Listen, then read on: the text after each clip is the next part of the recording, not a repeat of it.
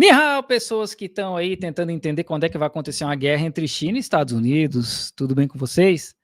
Vamos lá pro Cobori no Inteligência Limitada. Ele e o Elias estão numa competição para ver quem participa de mais de podcast por semana. Em que momento a gente está? Ele recuou com alguns países, com a China como que tá? Ele não, nenhum dos dois recuaram, né? Eu acho assim, o negócio tá ficando feio pro Donald Trump. E aliás, só para completar essa pergunta, com a China especificamente, ele fez o movimento certo, você acha? E a China também? Quem perde mais nessa briga aí? Não, quem perde mais é os Estados Unidos. É? Os Estados Unidos não só perde, como tá perdendo. Óbvio. E a longo prazo? Óbvio. A curto prazo, como eu te falei, a China desde 2016, ela já está se preparando para isso. Desde o primeiro mandato do Trump. Sim, e o Trump, sim. Quando ele assumiu, ele já fez um movimento nesse sentido. Só que no primeiro mandato do Trump, ele foi contido pelos próprios assessores dele. Né, que quando ele se elegeu pela primeira vez, o Partido Republicano ainda tinha um certo poder de influenciar o entorno do Donald Trump. Então ele tinha pessoas ainda que continham as loucuras, as besteiras que ele tinha vontade de fazer. Mas ele... Hoje não. Não sei se você lembra, quando ele assumiu em 2016, ele aumentou as tarifas contra a China. Teve até uma viagem dele lá, tal, e depois acabou voltando atrás. Não foi essa loucura toda. O que o Donald Trump fez? Depois de tudo que ele fez lá no 6 de janeiro, no Capitólio, né, aquela invasão no Capitólio, os caras querendo caçar até ele tornar ele inelegível, prenderam um monte de gente, assim, eles não foram tão rápido, tão eficazes para defender a democracia como foi aqui no Brasil. Mas as instituições americanas tentaram contê-lo, né? Não conseguiu, ele voltou mais forte. Ele sendo eleito, voltando mais forte, o que ele fez? Bom, agora ninguém meu entorno ninguém indica, é só eu. Então, assim, o entorno dele é também de um monte de puxa-saco, né? Nero só tacou fogo em Roma porque ele não tinha ninguém para conter ele, as loucuras dele. E o Donald Trump tá mais ou menos nessa situação, né? É um império que tá em declínio, um império que tá caindo, ele se cercou de um monte de gente Unidos, cara, que mesmo que ele estiver fazendo coisa errada, não tem coragem de falar para ele, ó, você tá fazendo coisa errada. Vai sair um vídeo aqui, amanhã para vocês, nesse canal, que é eu explicando o porquê que o Rock mentiu quando ele fala da queda dos Estados Unidos e a ascensão do Império Britânico, e a gente tá vendo... Não, a queda do Império Britânico e a ascensão dos Estados Unidos, e por que ele usa isso como uma analogia para o que vai acontecer agora. Vai sair um vídeo no canal sábado. Se falar, o cara é afastado, né? É a característica desses grandes autoritários, né? Desses malucos aí que aparecem na história de vez em quando. Então o Donald Trump tá fazendo tudo que tá na telha dele, só que ele faz as coisas sem muita coordenação, né? É meio que um show, né? Um reality show que ele gosta de... Ele é estúpido. Que ele gosta de, digamos, promover, né? Assinar que eles trocam aquela canetinha, pincel, ficar mostrando. Aquilo lá é um reality show, botar o dia da libertação, aquela placa do McDonald's lá, né? Cheio de... Aqui, ó, o Rock tá com fake aqui no chat, o que é? O eixo das ditaduras não vai ganhar? Deve ser o fake do Rock aqui, né? É só o Rock que chama de eixo das ditaduras. Aquele encontro com os Zelensky foi totalmente reality show, aquilo foi pra plateia, não é o papel de um chefe de Estado, né? E ele foi falar que os países estão kissing my ass, né? Um chefe de Estado falando já minha bunda. Se fosse um chefe de Estado de um país pequeno, subdesenvolvido, você já ia achar um absurdo. Não, né? República de Banana. Né? Presidente dos Estados Unidos falando isso. E era tudo bravata, né? Porque falou, tem 70 países me procurando. Aí depois o pessoal foi pesquisar nas instituições sérias, a própria Universidade Americana pesquisaram, tinha 10 que já tinha feito uma reclamação na OMC, não estava negociando com ele, tinha falado que tinha uma reclamação, e tinha 5 que tinha aceito bate-pronto, né? Não, o Trump é um mentiroso, cara. Ele é muito mentiroso. Aí agora ele já tá falando de 50% de tarifa para a Europa, de 25% de tarifa para a Apple se a Apple não produzir nos Estados Unidos, tarifa na Samsung se não produzir nos Estados Unidos. Cara, ele é um estúpido cercado de pessoas estúpidas que não tem plano nenhum, maluco. Um deles, obviamente, o Milei, né, na Argentina, meio que baixou as calças mesmo para ele, falou, não, tudo bem, você tá certo. Então, dos 70 que ele falou, não tinha 70, era tudo bravata, né? Depois ele falou, então, que se maestra, tá todo mundo... Beijando cara, se você é o presidente do país, você tá pensando em ligar para ele negociar, você não liga mais, pô. O cara fala um negócio desse, né? E falando, não foi ele, né, mas foi o vice quem falou que a América Latina, a América do Sul tem que voltar a ser o quintal. Foi o Pete Hegseth, é o secretário de defesa. Falou que nós somos os caras são burros, né, cara? E aí depois o Trump falou, não... Não, eles falaram na televisão que eles vão recuperar o quintal deles. falou essa semana. E aí vocês estão vendo, vocês prestem atenção, tá? Que rolou uma história aí, a embaixada dos Estados Unidos postou no Twitter, né, influência do Hezbollah no Brasil. Aí teve aquela história de que os Estados Unidos queriam colocar o PCC como organização terrorista. Isso aí de colocar o PCC como organização terrorista é para poder intervir no Brasil, a partir do momento, pela lei dos Estados Unidos, a partir do momento que é uma organização terrorista, eles podem invadir o Brasil, que é o que eles fizeram com o Iraque, é o que eles fizeram com o Afeganistão, com a Colômbia, é o que eles querem fazer com o México. Eles podem usar as Forças Armadas no Brasil. E agora vê essa história de que o Brasil é uma fábrica de espião russos. Cara, é um atrás do outro. Eles estão preparando o terreno para uma intervenção no Brasil. É isso aí. Vocês acordem, vocês veem o que está acontecendo, que eles estão preparando o terreno para uma intervenção no Brasil. Os Estados Unidos vai dar um jeito de fazer alguma coisa com o Brasil. Não, ajuda. Os chineses me ligaram, aí a porta-voz do chinês falou, não, ninguém ligou pra ele. Ninguém ligou, não. Então não parece coisa de menino? Ficar falando, não, o cara que briga com a namorada e depois fica contando pros amigos que a namorada tá atrás dele. Tá procurando, né? O namorado tá nem aí. Exato. É mais ou menos isso. Então, assim, esses sinais, infelizmente, é muito ruim, porque todo mundo perde, né? Então, todo mundo perde com a guerra tarifária. Mas os Estados Unidos perdem muito mais, né? Você vê todos os lances que a China dá, você vê que é estratégico, né? Até esse dia eu tava falando com o comandante Farinaz, acho que ele veio aqui, né? Veio. Eu falei, como o canal dele chama Arte da Guerra, eu mostrei o Ivan Arte da Guerra, as frases ali que tem no Sun Tzu, que é exatamente o que a China tá fazendo com os Estados Unidos. Né? Eles falaram que estão dispostos a qualquer tipo de guerra, né? Estão prontos para qualquer... Inclusive, óbvio, eles se prepararam, né? Quando a China... A parte militar deles já tá bem desenvolvida também? O que eu costumo dizer assim, não vai existir uma guerra nuclear, porque a guerra nuclear é o fim do mundo, né?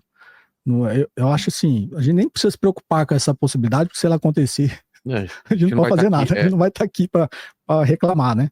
Então, assim, o poder de dissuasão nuclear leva sempre a ter guerras convencionais, né? Então... tem mais essa fita aí de Natal, Fernando de Noronha, dos Estados Unidos, falar, não, isso aqui é nosso porque não sei o quê. Cara, eles estão se preparando para fazer alguma coisa contra o Brasil. Não vai ter uma guerra nuclear, porque a China também é uma potência nuclear, os Estados Unidos não vai entrar nessa loucura, né? Uma guerra nuclear, uma guerra convencional, aí é força. Quando você olha a força, a marinha chinesa é muito maior, muito superior à marinha em número, né, de navios à marinha americana. Mas a marinha americana ainda é superior em tecnologia. A marinha americana tem mais porta-aviões. São 12, eu acho que a China só tem 2 ou 3. Então a China ainda está atrás nisso aí.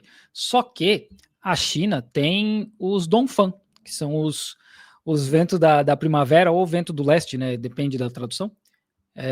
Que é para acabar com os porta-aviões dos Estados Unidos. São mísseis hipersônicos que os Estados Unidos não têm resposta ainda. E umas 2 semanas atrás, a China anunciou, né? Eu fico sempre nessa. A China anunciou um míssil que pode atingir os Estados Unidos mesmo, né? Então, assim, hoje a China a marinha não é tão forte, mas a China consegue destruir a marinha dos Estados Unidos muito rápido. Pelo menos as informações que a gente tem. Ainda rolou essa semana aquela nave mãe de drone, né? A maluquice daquela nave mãe de drone, com um monte de drone kamikaze, drone com laser. A China tá num nível, maluco, que é ficção científica. Sabe, né? Os chineses podem estar desenvolvendo tecnologias muito superiores. Tanto que o J.D. Vance, né, fez aquele discurso reclamando, né, que a China produziu em um ano mais navio que os Estados Unidos produziu desde a final da Segunda Guerra Mundial. Desde 1945. Acho que a China tinha produzido 10 mil navios. Cara. E os Estados Unidos nesse ano tinha produzido, sei lá, 10. Entendi. Os caras produziram 1000 vezes mais navio. Mano. Então, assim...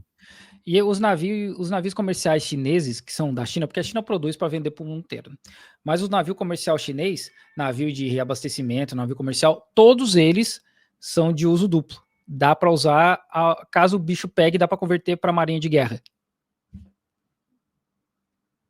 Eu tenho certeza que as fábricas de DJI que faz drone, certeza, mas é assim, ó, é certeza. DJI, Xiaomi, Huawei, eu tenho certeza que existe plano que, se acontecer qualquer guerra, essas fábricas vão reverter para a produção de armamento, de alguma forma. Drone de guerra, tecnologia de guerra, é com certeza, cara. Se tiver, vai ter uma guerra convencional. Se for uma guerra convencional, você acha que os Estados Unidos vai ganhar da China? Não ganhou do Vietnã. Que é um país menorzinho, era muito mais pobre, sem recursos, só utilizou técnica de Está guerrilha. disposto também a entrar junto com os Estados Unidos nessa guerra também, né? Eu costumo falar que a Europa é o fiel da balança, né? Acho que a Europa não embarca nessa, não. Os Estados Unidos não entram numa guerra se a Europa não embarcar. Eles não ganharam de ninguém, cara. Não ganharam do Afeganistão, não ganharam do Vietnã, não ganharam do Iraque, estão fugindo dos Houthis. Mano, os Houthis, os malucos de Raider e short da Adidas, botando porta-aviões dos Estados Unidos pra correr, maluco. A maior máquina de guerra da história da humanidade, que são as Forças Armadas dos Estados Unidos, correndo dos mano de chinelo dos Houthi, cara. Os aliados europeus ali falaram. E a Europa não vai embarcar por quê? Primeiro, não é interessante, a Europa está em crise econômica há muito tempo. Desde depois da crise subprime, a Europa está em crise, né, econômica. Tem o problema da guerra da Ucrânia ainda lá. Eles não têm esse poderio militar todo que eles tinham no passado, até por culpa dos Estados Unidos, né? E eles não vão se aliar aos Estados Unidos. Os Estados Unidos acabou de sair da guerra da Ucrânia e meio que deu uma banana para os europeus. Falando, vocês se viram aí, vocês cuidam disso aí. Quer dizer, os Estados Unidos afastou todos os potenciais prováveis aliados que ele teria. Então eu acho assim, é muito difícil acontecer uma guerra. Se acontecer, não vai ser uma guerra mundial, eu acho, tá? Se acontecer, vai ser por causa de Taiwan, né? Taiwan é da China e os Estados Unidos fica provocando essa situação lá. Mas eu acho que os Estados Unidos vai ficar quietinho também se a China anexar, não vai não? Qual que é a estratégia da China? A China, boa parte do investimento deles em armamento é por conta da ameaça dos Estados Unidos. Toda semana tem navio de guerra dos Estados Unidos aqui no Mar Amarelo, no Mar do Sul da China. Toda semana tem avião de guerra dos Estados Unidos tentando entrar no espaço aéreo chinês. Gente, isso é toda semana. A Marinha de Guerra da Austrália, do Canadá, da Europa, aqui na borda da China, direto. Então o que a China faz é se preparar para essas ameaças. Aí, qual que é a ideia? A China tá tão forte que quando a China fala Taiwan é nossa, os Estados Unidos não tem o que fazer. Não tem mais o que fazer. Entendeu? Essa é a arte da guerra mesmo, sabe? A marinha, a aeronáutica da China tá tão forte que os Estados Unidos, por mais que eles tenham 50 mil soldados no Japão, 25 mil na Coreia do Sul, míssil nas Filipinas, não tem o que eles fazer, cara. Simplesmente não tem. Porque não tem de onde eles sair vencedor de nada. E aí é só aceitar. Porque economicamente eles não vão ter o que fazer e militarmente eles não vão ter o que fazer. A China é engraçada, a China nem tem a intenção de anexar. A Taiwan, na realidade, é uma ilha. É como se fosse Fernando Noronha aqui, é uma ilha. É da China, sempre foi. O Japão foi por um tempo do Japão, quando o Japão imperialista invadiu a China, eles tomaram Taiwan. Aí, inclusive, o Chiang Kai-shek teve uma conferência quase acabando a Segunda Guerra Mundial, se não me engano, em dezembro de 1943, com o Roosevelt, o Stalin, o Churchill e o Chiang Kai-shek. Chiang Kai-shek, você sabe, era o general lá que era o líder do Kuomintang, o KMT, que era o Partido Nacionalista da China que entrou em guerra civil, né, com o Partido Comunista. Em dezembro de 43, eles já estavam vendo que estava próximo do fim da guerra, já tinham definido que Taiwan, depois que, obviamente, os japoneses fossem expulsos, ia ser devolvido para a China. Então, Taiwan sempre foi da China. Por isso que os chineses falam, cara, isso não é nenhuma questão, não sei porque os caras ficam discutindo isso. Só que aí, quando acabou a Segunda Guerra, o Império Japonês saiu, voltou a Guerra Civil na China, o Partido Comunista Chinês venceu o KMT. O que aconteceu? O Chiang Kai-shek pegou lá os militares, os generais lá, que perderam a guerra e fugiram para Taiwan. Pra vocês terem ideia, o Chiang Kai-shek, a Kuomintang, eles já sabiam que eles iam perder em 48, porque esse processo de mover ouro, mover material histórico, um monte de coisa que eles roubaram da China, já começa em 48, sabe? A guerra só acaba, desculpa, a guerra não, né? A China é declarada, a República Popular da China, em outubro de 49. A guerra mesmo só acaba quando eles tomam Hainan em 1950, maio de 1950. Então, assim, em 48, os caras já sabiam, não vai dar, sabe? Não vai dar. Vamos ter que fugir. E começaram a fugir para Taiwan, levar muita coisa para Taiwan e mover mais de 2 milhões de pessoas para Taiwan. Chegando lá, o Chiang Kai-shek impõe uma ditadura com o apoio dos Estados Unidos. Porque ditador é só quem é inimigo dos Estados Unidos. Quem é amigo não é ditador. Tanto que Chiang Kai-shek era ditador lá. E inclusive chamou essa época chamava de terror branco, e é uma ditadura que dura até os anos 80. E entrar em Taiwan. O Partido Comunista Chinês falou, tá na ilha lá, eles são chineses mesmo, deixa lá. Vamos... Não falou não. Deixar mais para frente. Deixar mais para frente a gente... Não falou não. A China queria tomar Taiwan, o Mao Zedong queria tomar Taiwan. Sim, eles nunca aceitaram isso aí, nunca foi de boa. Só que a China nessa época não tinha uma marinha grande o suficiente, forte o suficiente para atacar Taiwan. Então eles não deixaram assim, não, deixa aí, a gente resolve mais para frente. Não foi assim não. Hoje em dia tá mais ou menos assim por conta da conjuntura, né? Mas no começo lá os caras não, a gente vai pegar de volta. A gente resolve a situação, não quis prorrogar a guerra lá em Taiwan. E assim ficou, em Taiwan declarou que eles seriam uma província independente e tal. Na realidade, eles nem declararam, eles nem declararam que eles eram uma província, eles declararam que eles eram a China. Isso, República da China. Tanto que a ONU, e aí, quando acabou a Segunda Guerra Mundial, começou a Guerra Fria, que era uma guerra do capitalismo contra o socialismo, Estados Unidos contra a Rússia e a União Soviética. Quando acabou a Segunda Guerra Mundial, os Estados Unidos falou, opa, venceu em 49 a Revolução Comunista Chinesa, eu vou apoiar quem? Vou apoiar o Chiang Kai-shek, que era o inimigo dos comunistas. Apoiou e falou assim, não, a China é Taiwan. Os Estados Unidos nunca declarou isso formalmente, mas eles começaram a falar que a China era Taiwan. E quem representava a China na ONU foi Taiwan. Era a República da China e República Popular da China, para ficar mais fácil, né? Porque senão fica China. Mas era a República da China, que é Taiwan. Aqui a República da China é o país que começa ali em 1912, depois da Revolução Xinhai, que derruba a dinastia Qin. Então, por isso que é a República da China. E a República Popular da China é a do Mao Zedong. A República da China, Taiwan, é que tinha representação na ONU até os anos 70, quando rola a reaproximação da China com os Estados Unidos, pela ameaça da União Soviética de invadir a China, né? O Mao Zedong ele se reaproxima dos Estados Unidos por conta disso. Aí eles tiram Taiwan da ONU e botam a República Popular da China, que é a que eu moro hoje. Até a década de 70. Nossa.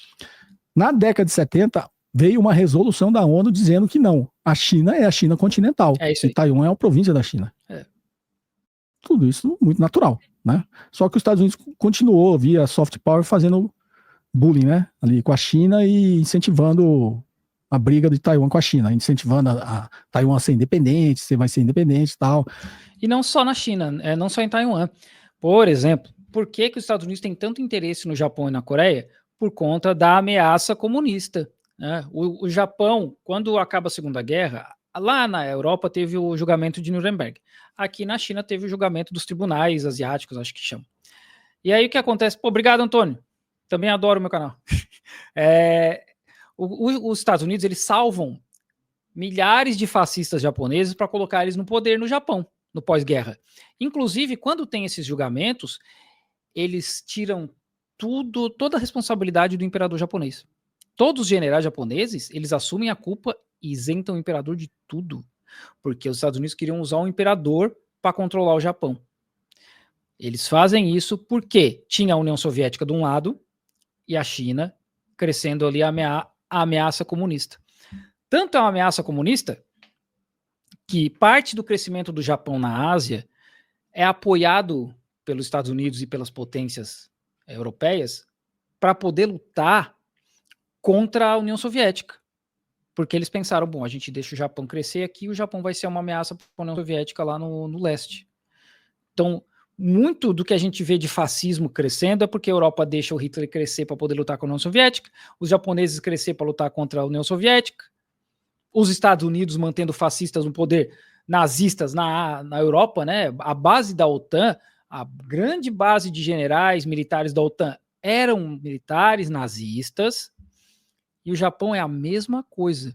É por isso que no Japão até hoje tem essas ideias fascistas japonesas, porque isso nunca acabou. Nunca rolou uma desnazificação na Europa de verdade, assim como nunca rolou no Japão.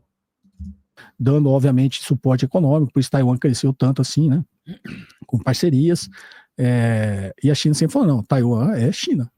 A China é a China continental, que aí a ONU passou a reconhecer isso, e a China falou, não, Taiwan é uma província da China. Se você pegar hoje, abrir aí os documentos no FMI, província rebelde, no Banco Mundial, na ONU e qualquer organismo de direito internacional, vai estar lá, Taiwan, província da China. Então, os próprios órgãos que são comandados pelos Estados Unidos, o FMI, por exemplo, considera Taiwan uma província da China. E é uma província chinesa. Então, eu não sei porque as pessoas aqui não lê história e ficam incentivando essa aí. Não, cara, isso é uma questão Mas já está pacificada. Por causa de propaganda, né? É por causa de propaganda. É simples assim. Porque os próprios Estados Unidos têm essa política dúbia de reconhecer que Taiwan é uma província chinesa e ao mesmo tempo falar, não, mas Taiwan tem que ter sua própria independência e liberdade, sabe? É propaganda. É isso aí, é só isso, cara. Não tem outra explicação. Mas a China teria que usar força para... Não, porque a China, inclusive, ela já viajou agora, né, para Taiwan, para Vietnã, para Camboja, para Laos. Que assumiu lá é contra, né? É porque lá, aí o que tem dentro de Taiwan? Tem sempre um presidente que fica incentivando que eles querem ser independentes, os Estados Unidos apoia esses caras via soft power para eles ganhar, e tem uma ala de Taiwan que fala que não. Até porque eles são chineses, né? O cara que o presidente agora lá, Tinte, acho que esse é o nome dele, eu não sei pronunciar porque é cantonês, ele falou que está disposto a conversar com a China e tal, porque a proposta da China para Taiwan é a mesma coisa que eles fizeram com Macau e com Hong Kong, um país, dois sistemas.